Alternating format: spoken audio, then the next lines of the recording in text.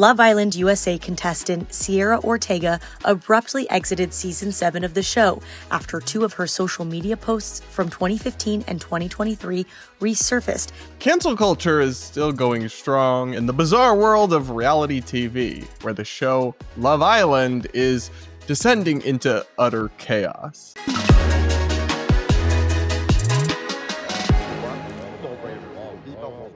We're going to break this down and so much more on today's episode of the Barad vs. Everyone podcast, our daily show where we take on the craziest ideas from across the media, the internet, and our politics, all from an independent perspective. Guys, thanks so much for tuning in and bearing with me in my new apartment adventures.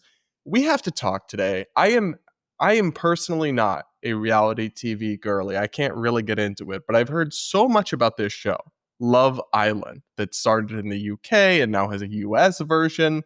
But the only parts of it that actually interest me are the politics and cancel culture adjacent dramas, consuming the fan base and actually destroying people's lives in pretty sinister ways that we're going to talk about today.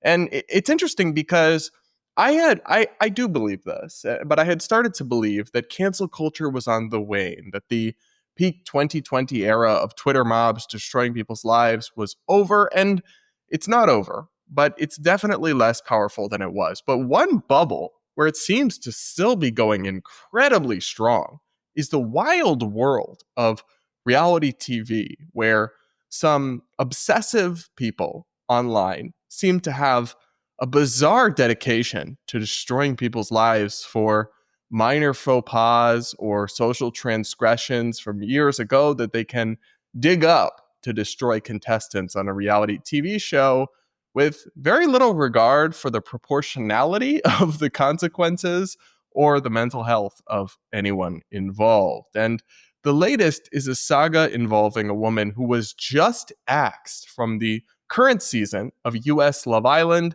because in past Instagram posts, she used a derogatory word to describe her eyes that refers to Asian people. And apparently, for that unforgivable sin, she was unceremoniously kicked off the show and dragged by the entire internet, even having her life threatened and a torrent of hate upon her, to the point where her parents have spoken out. We're going to watch a video from CNN recapping the controversy. Love Island USA contestant Cierra Ortega abruptly exited season 7 of the show after 2 of her social media posts from 2015 and 2023 resurfaced that appear to show her using a racial slur. In both posts, Ortega appeared to use language offensive to Asian people while describing cosmetic procedures she wanted to get, according to the Daily Mail. Fans took to social media prior to Ortega's departure, sharing their outrage over the situation. Ortega's former castmate Beldasha Walker is Asian American and posted on her Instagram story saying she was, quote, incredibly heartbroken to find out what her fellow Islander said. Also adding, quote, it is my hope that this situation can help shed light on how big of an issue anti-Asian hate actually is. Former Bachelorette star Jen Tran posted a video on TikTok expressing her thoughts on the controversy. I grew up in a world where I did want to get rid of my eye shape. I wanted to get rid of all of my Asian features because I was othered growing up. Ortega's exit was announced on the show in a voiceover, which stated she left due to a, quote, personal situation. This comes just a week before the season finale. When asked about the exit, a representative for the streaming platform Peacock told CNN, quote, we won't be providing a comment. Ortega's parents spoke out about the, quote, cruel messages their daughter has received leading up to her departure from the show. They posted this message to her Instagram, saying, quote, we're not here to justify or ignore what surfaced. We understand why people are upset, and we know accountability matters. But what's happening online right now has gone far beyond that. So I have thoughts, not as somebody who is particularly invested in Love Island. I am not. But just as somebody with a little bit of common sense who sees this stuff for what it is. A lot of it is a witch hunt. A lot of it is people taking out their frustrations in life on random people on the internet, as we'll get to. But also, some of this is just like plain old corporate cowardice. I really have no respect for the way that Peacock handled this, what do you mean? You just whisked her off the show for personal situations. No, if you kicked her off because of her old Instagram stories, say so. And if you didn't, say that you didn't. Like, stand on business, have a little bit of backbone. People are going to be mad at you no matter what. These unhinged corners of the internet are never going to be content with you. So stop trying to placate Reddit threads and unhinged TikTok users, and either take a stand or don't. But I really don't respect this like measly mouthed, wishy-washy, no comment approach that they're doing. It's just really dishonest. We all know she was kicked off the show because of this controversy, but if that's what's happening here, say that and stand on business and explain why. Like, walk us through from point 1 to point 2 to point 3, how saying a offensive word on an Instagram story years ago means that she can't be on a reality TV dating show. Like, explain the logic. They don't want to because there isn't any, because the math isn't mathing. I mean, but I don't respect the cowardly way they handled this whatsoever. And I'm just once again struck by how incredibly soft our society is. Like, this is not a nice word. The word, if you're wondering, is CHINKY. She should not have used the word in the way she did to like joke about and belittle her own appearance and talk about her eyes and the cosmetic surgery. It wasn't a nice thing to do. And, you know, I think she should probably apologize for it and say, listen, I won't talk like that again. There's nothing wrong with being Asian. But people say not so politically correct things sometimes in the real world. Sometimes people even say mean and naughty words, and it's not the freaking end of the world. It is not some cataclysmic, safety threatening event that endangers the other contestants on this show. Like, at most, they could have addressed it by just having a one-on-one with her, and she says, you know, I just wanted to apologize to the Love Island community. I used these hurtful words in the Instagram story a couple of years ago. I'm sorry. I won't do it again. I have no hate. Love to all of y'all. And then they move on. It's really not that deep. And society is so freaking soft. At least social media is. And so many of these young people that tune into these shows, show me on the doll where the mean word hurt you. Like, really? I hate to break it to y'all, but all across America, every single day, probably millions, but definitely hundreds of thousands of times, mean words and unkind things are said and done. And we should all try to be nicer. We should all try to treat everyone equally and kindly, but it's not that deep. It's not the end of the world. It doesn't permanently scar or disfigure you that some random woman you'd never heard of before this show said on an Instagram story a word that hurt your feelings, though you didn't see it at the time. Like, please identify for me the meaningful real world harm that was done by this Instagram story in 2015 and 2023. She did it as well. Like, I'll wait, because the most that could have happened from my logical extrapolation is that some Asian people might have saw her story and been like, oh, that's not nice, and then scrolled. And like, that's it. Is that something worth destroying someone's life over? It's not great. Like, I'm not saying it's a good thing to do or that she shouldn't apologize. I'm just saying it's not that deep. And the only rebuttal that the activist types who went after this woman in really unhinged ways that we're going to document seem to have is, you can't speak on this. You're not Asian. You don't know what their truth is. And it's like, I don't need to be, because I have logical, critical thinking skills, and I'm an individual capable of independent thought. And they are also falsely suggesting some sort of consensus among Asian people. A lot of Asian people either don't care, didn't notice, or are like, yeah, she shouldn't have said that, but the reaction here is wildly disproportionate. I mean, we should be so clear. She's been getting death threats. She's been being doxxed. She's being harassed. Her family is being harassed. Her career is basically over, and she's lost hundreds of thousands of followers all over a not so nice word she used in a couple Instagram stories. Like, that is not proportionate. When you talk about any form of consequences or accountability, the word they love to use, it should be in some way proportionate. This is not that. On the contrary, Many people are taking glee in her downfall and in her suffering in really unhinged ways. I'm going to show you a couple viral videos about this after this. Guys, I've had threats sent to my home before, so I understand better than anyone how important it is to get your personal information off the internet. That's why I'm excited to tell you about today's sponsor, Aura. If you've ever wondered how spammers get your phone number or why your email inbox is flooded with spam, well, here's why. There are companies called data brokers that sell your data. They do it without your consent, and they make millions selling it to marketers, scammers, and even stalkers. And while they're legally required to move your information if you ask, they make the process confusing and hard on purpose. That's why I recommend today's sponsor, Aura, to my family and friends. They take care of the hard part, automatically removing your information from all of these sites and keeping it off. I use Aura to get my address taken off the internet so it's harder for haters to harass me and to decrease the endless robocalls and spam emails. And you can too. Plus, if anything does happen, Aura includes $5 million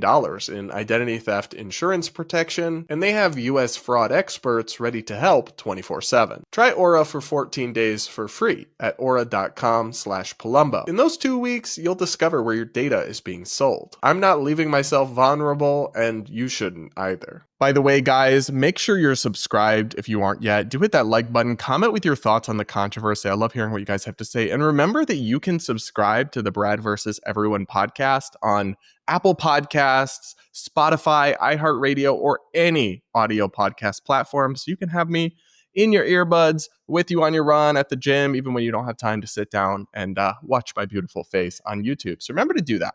Now, I want to take a look at some of these TikTok videos where people are quite literally taking glee in this woman's entire life collapsing because she said a word that hurt their fifis. And before you hit me with the, it's a serious slur, okay, say that it is. To put it in context, I'm gay. If somebody said the F slur about gay people or called things that's so gay or any of that in Instagram stories from a few years back, I would have the exact same response, that it is not that deep.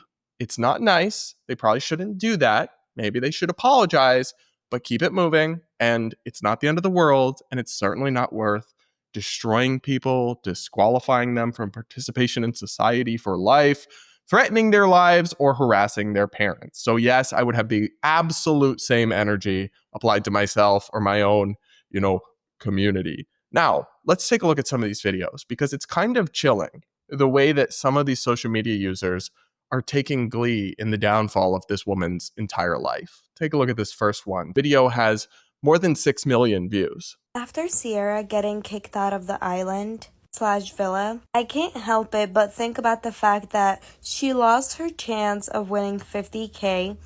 And not only that, but she literally lost her job because Cierra was one of the few people that came in here with a job of being a content creator, / influencer. So she also lost that. She lost Instagram followers. She lost her chance of working with brands. She literally lost everything, which is a little lesson for influencers and content creators that no matter how much you erase, whatever you do or say will always come back and hunt you in the back. Because literally that's what happened with Cierra. Because that girl did not just lose her chance of winning Love Island or winning the money. No, she lost her job. She lost what gets her money. Basically lost her whole reputation.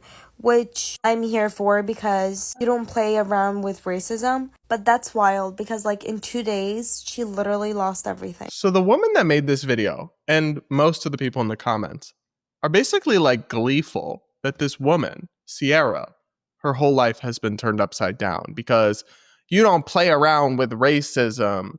Lots of people actually do. It's actually okay to joke about things, even sensitive topics. Not everyone is perfect. Not everyone is 100% politically correct all the time. And it's really not the end of the world. I'm just struck by this because when you find yourself reveling in someone else's downfall, that's never great. That's usually not a sign of a psychologically healthy person. And the way that this went down, where this woman is sequestered on Love Island, she doesn't have her phone or anything, she doesn't know any of this is going on, But then she emerges from this sequestering and her whole life has been destroyed is like kind of insane.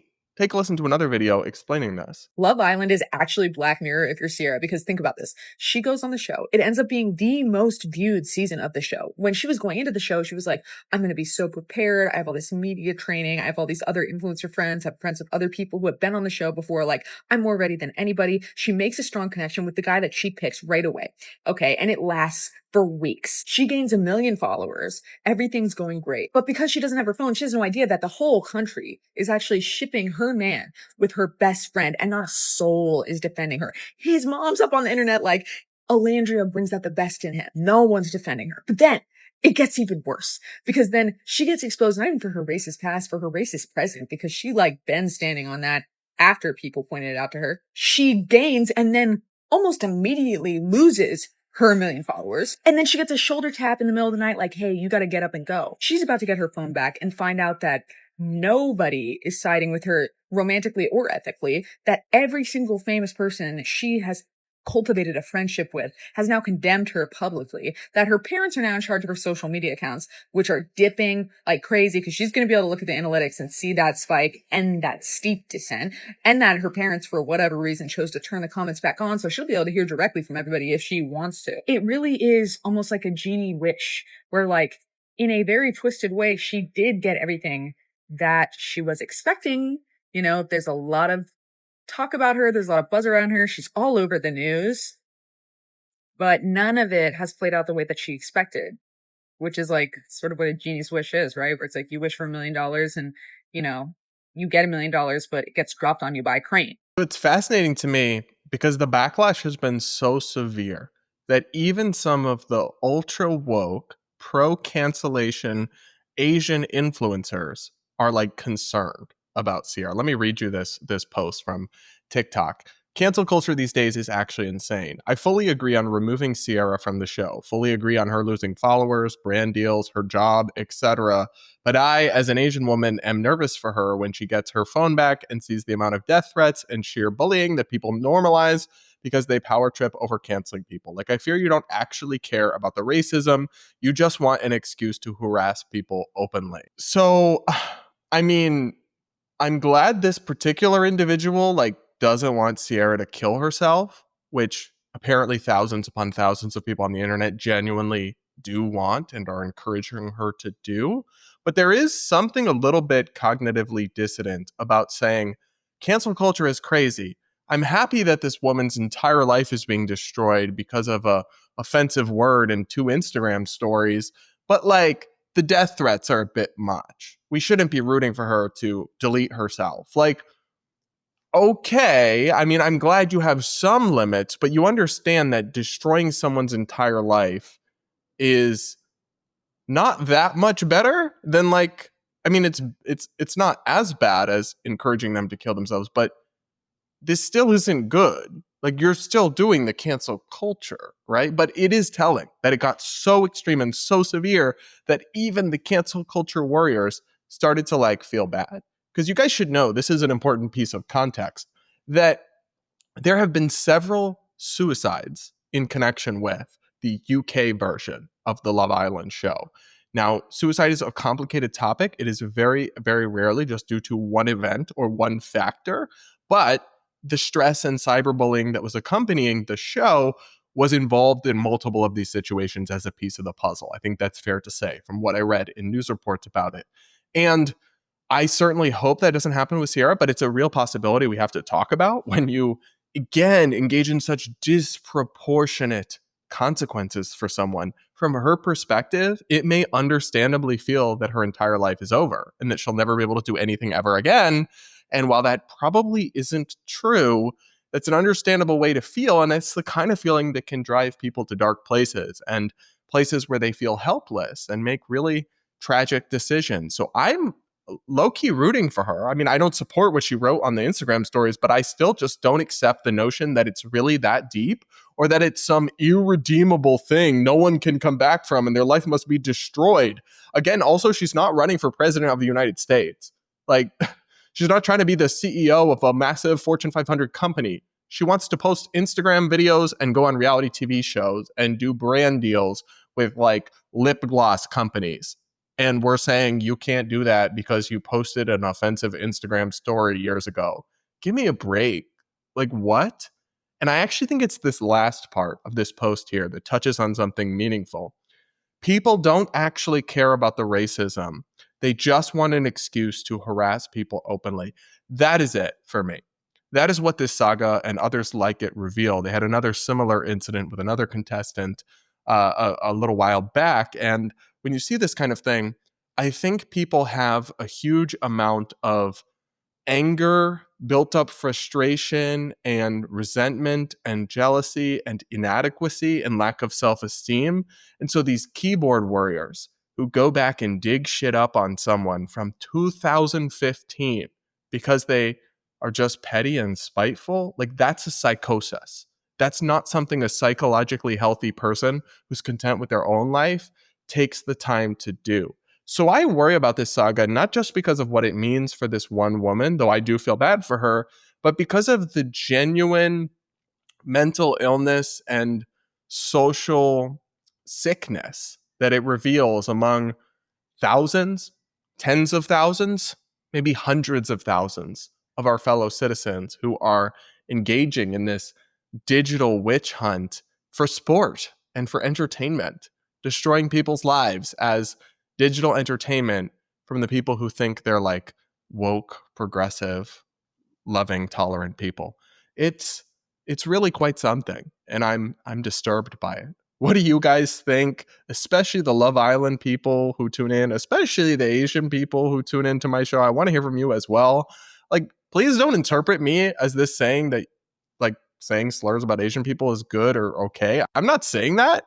I'm just saying that this is wildly disproportionate, is not motivated by like actual wanting to see people grow or change or promote coexistence, and is basically just like woke people collecting scalps for fun and then destroying people's lives while patting themselves on the back thinking they're like stopping racism, even though it's not addressing any of the real issues with race in this country. Some Instagram story from years ago. What do you guys think? Let me know in the comments. Hit that like button while you're at it, and make sure you're subscribed if you aren't yet. Remember to send in your voicemails for my Voicemail Friday episodes with your woke horror stories, your personal life scenarios you want my advice on, or questions you have for me that you'd love to hear me answer. And I'll listen to some of those for this Friday's episode. Up next, we're going to take a look at a story that is tearing apart the world of MAGA, particularly online MAGA influencers. And that is the Trump administration's handling of the Jeffrey Epstein case. Now, I am not a huge person who has dived down this rabbit hole or knows a ton about this, but there is one aspect, particularly about Attorney General Pam Bondi, that I want to touch on. First, though, the TLDR of this is that the Trump administration, it's reported, has come to the conclusion that there is no list of Epstein clients, the people, that he did his shady business with involving minors, and that there was no large-scale blackmail ring, and that he did, in fact, kill himself. And what makes this particularly sus is that multiple high-level officials in the Trump administration, before they entered the government, were on the warpath, saying none of that can be true. We're going to get in there. We're going to release all the files. And they get in there and they're telling a very different story. And there's many theories as to why that's happening. But the MAGA base is very committed to what they see as getting justice on this issue. And so a lot of them are criticizing the Trump administration over this, even though they otherwise support them. CNN put a compilation together of some of the backlash that I think is interesting, that also features the comments that got Pam Bondi in so much hot water right now. Let's take a look at that. This is supposed to be about the most transparent administration ever. What on earth is going on? Was Pam Bondi set up by deep state FBI career officials? Is she stupid? Is she so click thirsty that she got out over her skis trying to make news, being a Fox News star? Pam Bondi, all of it. All those videos are saying, yeah, she's seen the videos. It's all coming out. And then now it doesn't exist. I mean, what? What? The Jeffrey Epstein case, you do not know all the details of this thing, I promise. There are a lot of really obviously powerful people. This part you know, but the specific names we may not. There were so many individuals that were hidden and kept secret and not been held accountable. What you're going to see, hopefully tomorrow, is a lot of flight logs, a lot of names, a lot of information. The DOJ may be releasing the list of Jeffrey Epstein's clients. Will that really happen? It's sitting on my desk right now to review. That's been a directive by President Trump. So what happened to the Epstein client list that the Attorney General said she had on her desk? Well, I think if you go back and look at what the Attorney General said in that interview, which was on your network on Fox News. Got the quote. Go ahead. John Roberts said, DOJ may be releasing the list of Jeffrey Epstein's clients. Will that really happen? And she said, it's sitting on my desk right now to review. Yes, she was saying the entirety of all of the paperwork, all of the paper in relation to Jeffrey Epstein's crimes. That's what the Attorney General was referring to, and I'll let her speak for that. This seems like unforgivable behavior. How could she give us those phase 1 binders that contained nothing while bragging about the cover sheet that she made, the most transparent administration in history, and tell us that the SDNY had the real goods? The binder was just proof of a deep state cover-up. That was the real story, she told us, only to now say, sorry, there's nothing. If I'm President Trump, I wouldn't tolerate it. She's a liability to him. She's not worth it. So this is some serious tea, because give them credit. They are criticizing, like MAGA influencers are calling out Trump, are fighting with the administration over this. Like, they are not behaving in a cult-like or blindly tribal manner where they just accept whatever the narrative is. I mean, a few of them are, but the ones you just heard from are like calling out the Trump administration. And I guess what I would say is that I don't know the truth. I don't really know what the truth is and isn't about the Epstein case. But I do know that there's a credibility problem with the Trump administration now on this issue, because they have done multiple 180s. They went in there and said they were going to declassify, expose everything. Now they're in there and they're saying there's nothing to declassify. There's nothing to expose. They went in there, have on the record, so many of the top officials saying, you know, he didn't kill himself. This is a cover up. We're going to release the client list. Now they're saying he did kill himself. There is no cover up. There was never a client list. But now they're saying there was never a client list, although you just heard Attorney General Pam Bondi say that the client list was on her desk to be reviewed in a Fox News interview. So did she lie then? Was that a lie? Or is she lying now? Are they lying now when they say there is no client list? I don't know the answer.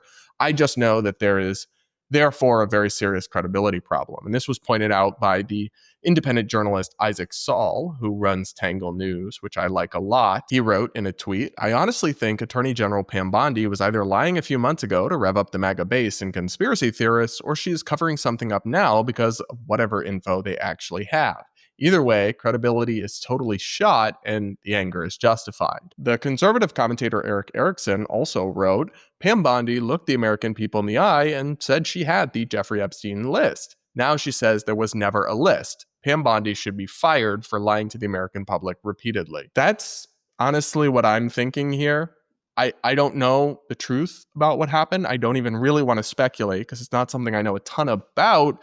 But I think that the way the administration has handled this is obviously incoherent and chaotic and destroying credibility and trust even among their most fervent supporters. So if they're really the most transparent administration in history, which I doubt, but that's what they say they are, then there should certainly be some accountability for people lying to the public and making promises that they then decided not to fulfill. What do you guys think? Have you followed this controversy?